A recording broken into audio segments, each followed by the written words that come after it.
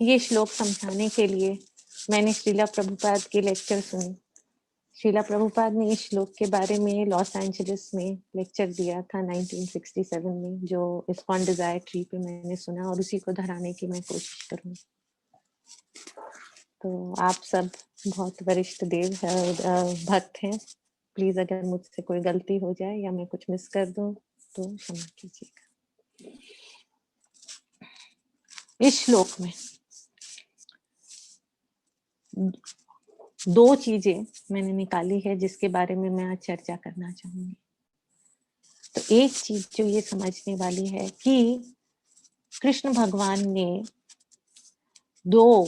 दूसरे अध्याय में जो सबसे पहला श्लोक बोला वो 11वें से शुरू करके और ये 30वें नंबर पर 30th पे 11 से 30 तक उन्होंने पूरे समय आत्मा के बारे में बात किया कि कैसे आत्मा देह से अलग है और आत्मा के क्या क्या गुण हैं। और कब कृष्ण भगवान ने ये बात करनी चालू करी? जब अर्जुन ने उनसे कहा कि मैं आपको आपके समर्पण में हो रहा हूं, शिष्यस्ते हम साधिमाम त्वाम प्रपन्नम, मैं आपके शरणागत आ गया हूं। तो कृष्ण भगवान ने तो सबसे पहले महत्वपूर्ण बात यह है कि कृष्ण भगवान ने जब ये स्थिति देखी तो सबसे पहले उन्होंने जो सबसे महत्वपूर्ण ज्ञान है वो ये कि हम आत्मा है, हम शरीर नहीं है, इसके बारे में विवरण किया और विस्तार से बताया उन्होंने। 11 से 30 माने कि ऑलमोस्ट 20 श्लोक में बताया। और दूसरा जो महत्वपूर्ण बात है वो ये है कि अर्जुन ने जब उनको अपने आप को समर्पण किया तो उसके बाद उन्होंने एक अच्छे शिष्य की तरह जो भगवान ने कहा उसको समझने की कोशिश की, उसको विनम्रता से उसके बारे में पूछा और फिर हम अंत में देखते हैं और जानते हैं कि कैसे उन्होंने युद्ध लड़ा। तो एक तो कि गुरु की महिमा और दूसरा शिष्य के जो आचरण होने चाहिए कि गुरु सबसे पहले। आज श्रीला प्रभुपाद ने भी जब ये मूवमेंट चालू करा इस्कॉन का, तो जब हम उनके लेक्चर सुनते हैं और स्पेशली जो 5 मिनट वाले होते हैं कि we are not the body, उन्होंने बार बार यही बात कही है कि we are the spirit soul, हम आत्मा है, हम देह नहीं है। और वैसे ही कृष्ण भगवान ने अब आप देखिए कि सबसे पहला ज्ञान यही दिया, देह और आत्मा का संबंध, जीव और आत्मा, परमात्मा, आत्मा और परमात्मा। तो इसमें हम जरा श्लोक में अब जाते हैं। देही नित्यम अवाद्यो अहम। देही का शब्द किससे, देही किससे बना है? देही संस्कृत वर्ड देह से बना है, संस्कृत शब्द। जैसे गुण से गुणी बनता है, सो देह से देही बनता है। देही माने कौन? जो देह का ओनर है, जो देह का मालिक है। देह का मालिक कौन है? देह का मालिक आत्मा है। हमारी जो आत्मा है वो हमारे देह के अंदर बैठी हुई है। तो श्रीला प्रभुपाद अपने लेक्चर में ये एग्जाम्पल देते हैं कि हम सब इस हॉल में बैठे हुए हैं, तो हम हॉल नहीं बन गए, हमारा अपना एक इंडिविजुअलिटी है। वैसे ही आत्मा अलग है, देह अलग है, लेकिन आत्मा देह के अंदर बैठा हुआ है। देहि नित्यम अवाध्य अहम, अवाध्य अहम। और ये जो अवाध्य का मतलब मारा नहीं जा सकता। जो देही है, जो आत्मा है, वो अमर है। उसके बाद ये श्लोक में कृष्ण भगवान कहते हैं देहे सर्वस्य भारत। श्रीला प्रभुपाद कहते हैं अपने लेक्चर में कि ये बहुत इंपॉर्टेंट है। ये क्यों इंपॉर्टेंट है? देहे सर्वस्य भारत माने सर्वस्य, हर एक जीव जंतु में ये है, ये आत्मा है। जैसे कुछ लोग ये कहते हैं जो नॉनवेज खाते हैं, जो मांसाहार खाते हैं कि नहीं नहीं इसमें नहीं है, हम खा सकते हैं, काट सकते हैं, लेकिन नहीं, यहाँ कृष्ण भगवान ये एस्टैब्लिश करते हैं, कहते हैं कि हर एक जीव में आत्मा है। छोटे से छोटे जीव में, बैक्टीरिया में भी है और एलिफेंट में भी है, हाथी में भी है, पेड़ पौधों में भी है, मनुष्य में भी है। केवल ये नहीं कि मनुष्य योनि में ही आत्मा है, पर हर एक जीव में आत्मा है। देहे सर्वस्य भारत तस्मात् सर्वाणि भूतानि न त्वं शोचितुम् अर्हसि। तो सर्वाणि भूतानि, फिर से रिपीट करते हैं कि सारे ही जीव जो जन्म लेने वाले हैं उनमें सब में आत्मा है। उसी लिए, और ये आत्मा जिनका वो विवरण पहले ही कर चुके हैं कि वो अमर है, तो अगर अर्जुन ये ऐसा है तो तुम युद्ध करने से बिल्कुल भी मत डरो, बिल्कुल भी ये मत सोचो कि जो अगर युद्ध करोगे तो इनका देह ही मरेगा, आत्मा को कुछ नहीं होगा, क्योंकि आत्मा अमर है।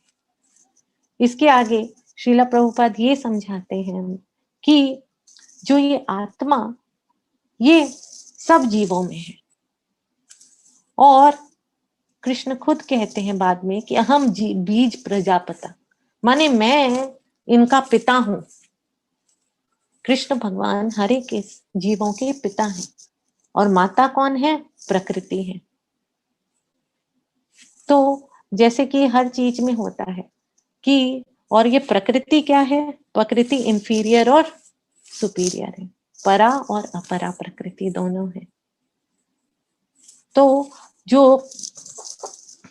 जब भी कोई जीव भौतिक प्रकृति में गिरता है तो क्या होता है उसके साथ कि वो भौतिक गुणों से मिल करके, तीनों गुणों में लिप्त होकर के वो भगवान को भूल जाता है। रजोगुण में, उसे सतोगुण में रहता है तो उसे थोड़ा बहुत याद रहता है, रजोगुण में और कम हो जाता है, वो इंद्रियों तृप्ति में चला जाता है, और तमोगुण में आता है तो वो अपने आलस्य में लिप्त हो जाता है, तो और भी भगवान को भूल जाता है। तो ये जो आत्मा है, जो कि परमात्मा का अंश है, आगे भगवान बताते हैं मयि माम शो जीव लोके जीव भूता सनातना, कि ये जो अंश है, you are my part and parcel. तो इसमें सारे ये गुण होते हुए भी ये क्योंकि भौतिक प्रकृति में लिप्त हो जाता है, तो ये अपने गुणों को दब जाते हैं, इनके गुण दब जाते हैं ये चीज के। और जो जीव है वो भगवान को भूल जाता है। तो लेकिन कौन याद रखता है? जो वो याद रखता है, वो सब में देख सकता है कि भगवान है या ये आत्मा है। पंडिता समादर्शिना, जो पंडित होता है, जो इंटेलिजेंट होता है, जो भगवान की साइंस को समझता है, वो ये देख सकता है कि हर एक चीज में आत्मा है, और फिर वो हिंसा में नहीं करता। वो छोटा सा कीटाणु भी क्यों ना हो, वो इसके साथ हिंसा नहीं करता। तो इसी तरह भगवान श्रीला प्रभुपाद अपने तात्पर्य में भी लिखते हैं, अतः क्षत्रिय होने के नाते अर्जुन को इस भय से कि युद्ध में उसके पितामह भीष्म तथा गुरु द्रोण मारे जाएंगे, अपने कर्तव्य से विमुख नहीं होना चाहिए। तो आत्मा के बारे में समझा करके कृष्ण भगवान ये चाहते हैं कि अर्जुन को बिल्कुल भी इनको मर जाने का, भीष्म पितामह और द्रोण के मर जाने का दुख नहीं हो करके उसको युद्ध करना चाहिए, और धर्म के लिए युद्ध करना चाहिए। बीच में कृष्ण भगवान ये भी कहते हैं, न हन्यन्ते हन्यमाने शरीर, माने अगर शरीर मर भी जाता है तो भी आत्मा नहीं मरते हैं, इस तरह से। और श्रीला प्रभुपाद आगे एक और बात कहते हैं जो काफी अच्छी बात इन्होंने कही है, वो ये कि कृष्ण को प्रमाण मानकर भौतिक देह से भिन्न आत्मा का पृथक अस्तित्व स्वीकार करना ही होगा। यह नहीं कि आत्मा जैसी कोई वस्तु नहीं है, या जीवन के लक्षण रसायनों की अंतःक्रिया के फल स्वरूप एक विशेष अवस्था में प्रकट होते हैं। तो श्रीला प्रभुपाद यहाँ कहना ये चाहते हैं कि ऐसा नहीं कि रसायन ये सब मिक्स करा और फिर उसमें आत्मा आती है, बल्कि हर चीज आत्मा के ऊपर देयर इज मटेरियल ग्रोथ, भौतिक चीज जो बढ़ती है वो आत्मा के नींव से बढ़ती है। जैसा कि पहले भी हम देखे कि 6 स्टेजेस होते हैं ग्रोथ के इस देह के। तो क्यों हो सकता है? क्योंकि आत्मा है, क्योंकि आत्मा उसके अंदर है। और इसके आगे बाद में 7th चैप्टर में भगवान अपने केवल इसी अणु आत्मा के बारे में ही नहीं, पर अपने परमात्मा के बारे में भी जब यहाँ ये बताते हैं, अपरया इतस्त्वे अन्यम प्राकृतिम वेद्धि में पराम जीव भूता महाभाव या ये इदम धार्यते जगत। माने ये ही नहीं कि छोटी चीज में आत्मा है, जो भगवान है। हमने भी पढ़ा, हमने माता जी से भी सुना कि जो बड़े बड़े ब्रह्मांड में ये जो प्लैनेट्स हैं, ये जो सारे फ्लोट कर रहे हैं, इनमें भी भगवान है, इनमें भी भगवान समाते हैं। और भगवान किस रूप में समाते हैं? हम कोई बता सकता है प्लीज? कि जो प्लैनेट्स हैं उनमें भगवान कैसे होते हैं? क्षीरोदक्षाई विष्णु के रूप में या गर्भोदक्षाई विष्णु के रूप में, शायद गर्भोदक्षाई विष्णु के रूप में। हाँ, तो गर्भोदक्षाई विष्णु हमने ये श्रीमद् भागवतम क्लास में सुना था कि गर्भोदक्षाई विष्णु पहले एंटर करते हैं हर एक, फिर वो यूनिवर्स ग्रो करता है कि नहीं? फिर वो ब्रह्मांड ग्रो करता है। तो जो भगवान का अंश है वो जीवात्मा में है और हर एक अणु में भी है। Every atom in this universe has the Lord. ब्रह्म संहिता में भी है वो श्लोक, एकोपि अश्चुरचायुतम जगत अंतकोटिम यक्षक्षिरस्ति जगदंध चया यदंत अंधांतरस्थ परमाणु चया अंतरस्थम। हर एक परमाणु के अंदर भी। अब वो साइंटिस्ट चाहे उसे टुकड़े टुकड़े टुकड़े इलेक्ट्रॉन्स तक चल जाए, तो उन्होंने अभी तक डिटेक्ट नहीं करा कि उसमें भगवान का अस्तित्व, पर भगवान खुद कहते हैं कि मैं उसमें हूं। और शिला प्रभुपाद कहते हैं कि कौन ये चीज देख सकता है?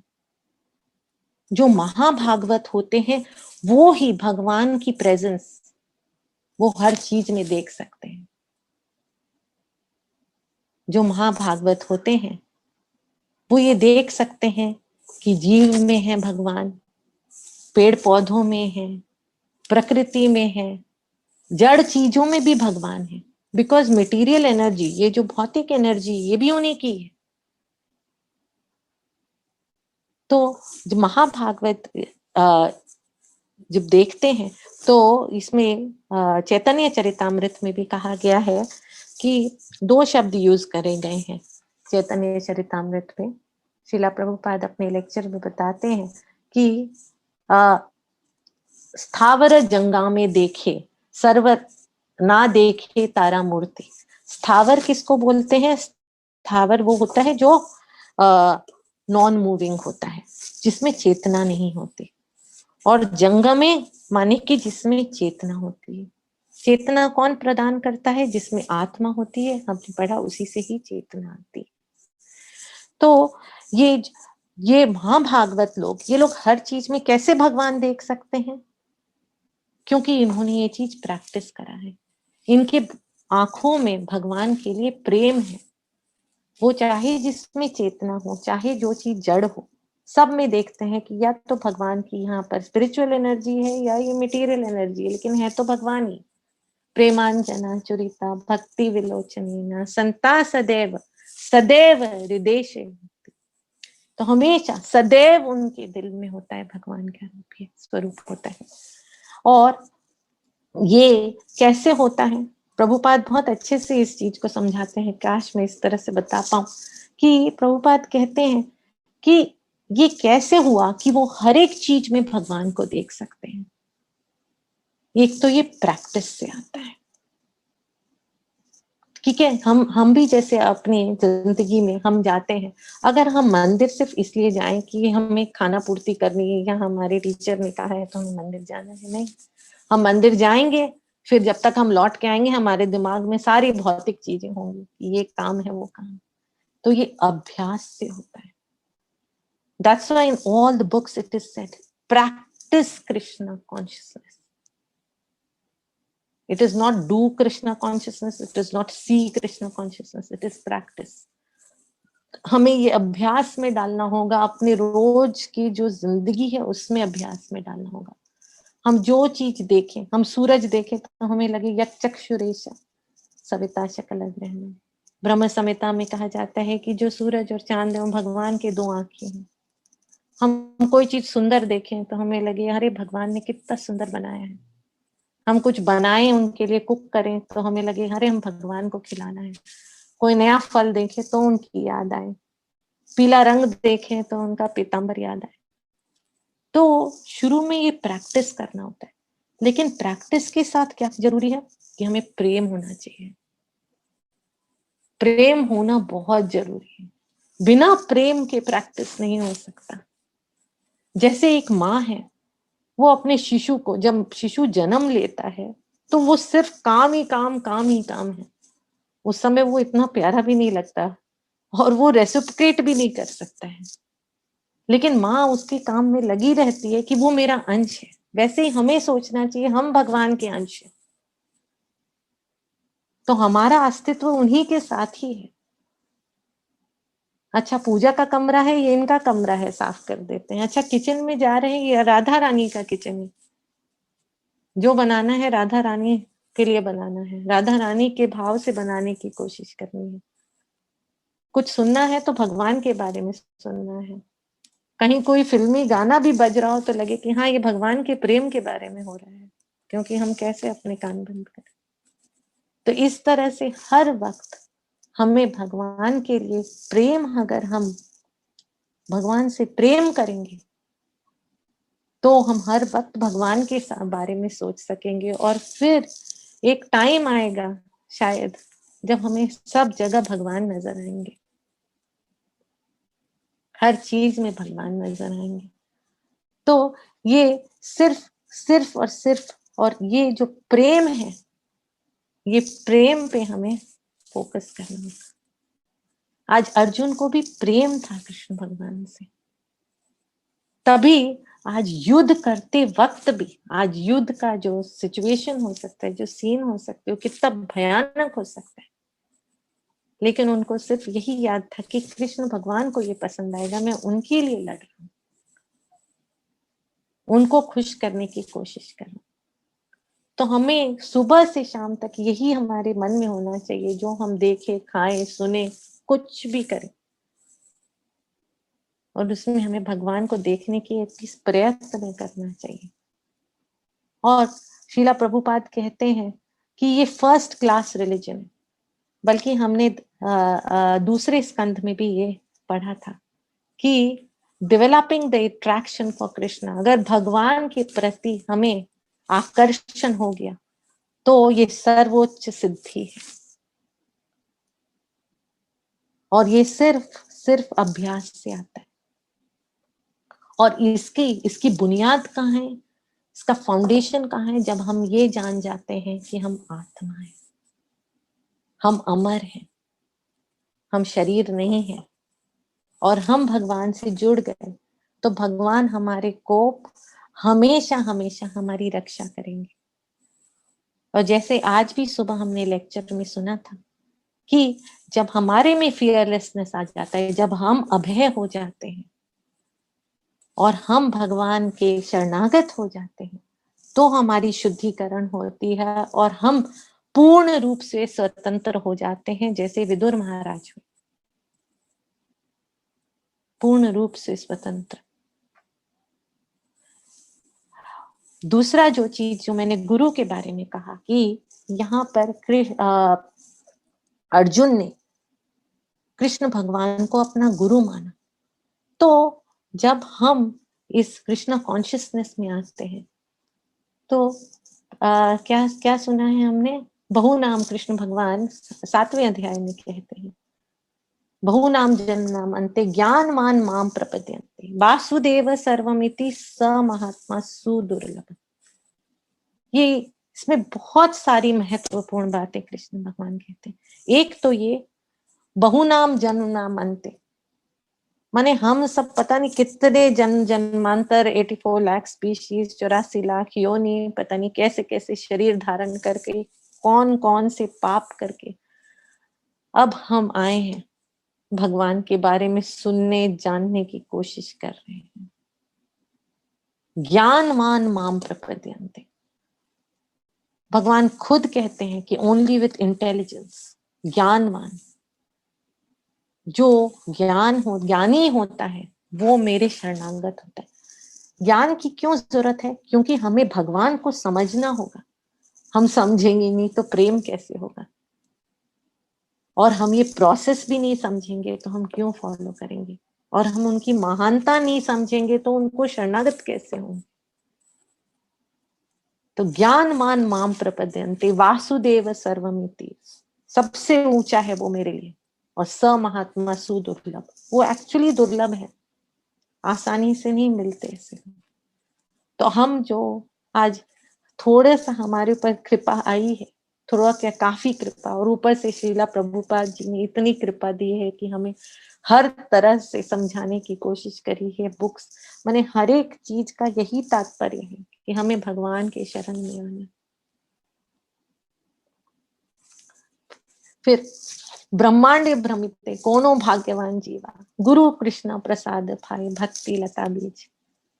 तो जैसे अर्जुन भगवान के शरणागत हुआ, जबकि उनकी मित्रता की उनका स्वभाव था दोनों में आपस में, तो वैसे ही हम आज जब हमारे पर इतनी कृपा हुई है और हम पता नहीं कब से भ्रमित हो रहे हैं और कब से भ्रमण कर रहे हैं पता नहीं कितने सारे यूनिवर्स में, तो आज हमको जो ये भक्ति लता बीज गुरु के कृपा से मिली है, गुरु और कृष्ण की कृपा से। ये भक्ति लता बीज क्या होती है? श्रीला प्रभुपाद कहते हैं this is the initiation you get, that's the bees. उसको हमें प्रिजर्व करना है, उसको हमें सींचना है और उसका ख्याल रखना है, क्योंकि गुरु बहुत मुश्किल से मिलते हैं। और जब मिल गए हैं, जैसे कि अर्जुन ने विनम्र होकर हर चीज भगवान की मानी, तो वैसे ही हमें गुरु की बीज का पूरे सुरक्षा के साथ रखना है और उसे सींचना है। और सींचने का तरीका क्या है? श्रवणम और कीर्तनम। जैसे कि हम बीज पे धीरे धीरे पानी डालते हैं, उसको संजो के रखते हैं, तब धीरे धीरे लता उगती है। तो वैसे ही जब हम श्रवणम और कीर्तनम करते हैं, वही उसका जल है, उसी से ही वो सींचा जाएगा, उसी से गुरु द्वारा दिया हुआ बीज सींचा जाएगा और फिर वो एक दिन लता जा करके हमें भगवान से मिलाएंगी गोलोक वृंदावन में। तो इस बात का हमें पूर्ण रूप से ध्यान रखना है। तो जैसे मैंने कहा, इसमें दो महत्वपूर्ण बातें हैं ये पूरे श्लोक में जो हमें लेके जाना चाहिए। एक तो ये कि हम आत्मा है, अमर है, भगवान के शरण आकर के हम अभय हो सकते हैं। This is the basis of all teachings of Bhagavad Gita, कि हम शरीर नहीं है। और मैं बहुत बहुत आभारी हूँ कृष्णमयी माता जी के लिए कि आज सुबह का लेक्चर इतनी सारी बातें क्लियर कर दिया आत्मा के बारे में विदुर महाराज के थ्रू। और दूसरा कि गुरु की कृपा, अगर हम गुरु द्वारा दिए हुए बीज को ठीक से सींचते हैं तो हमारी विजय जरूर होगी, हम एक दिन कृष्ण प्रेम पा जाएंगे। श्रीला प्रभुपाद की जय। गौर प्रेमानंद। हरि हरि बोल।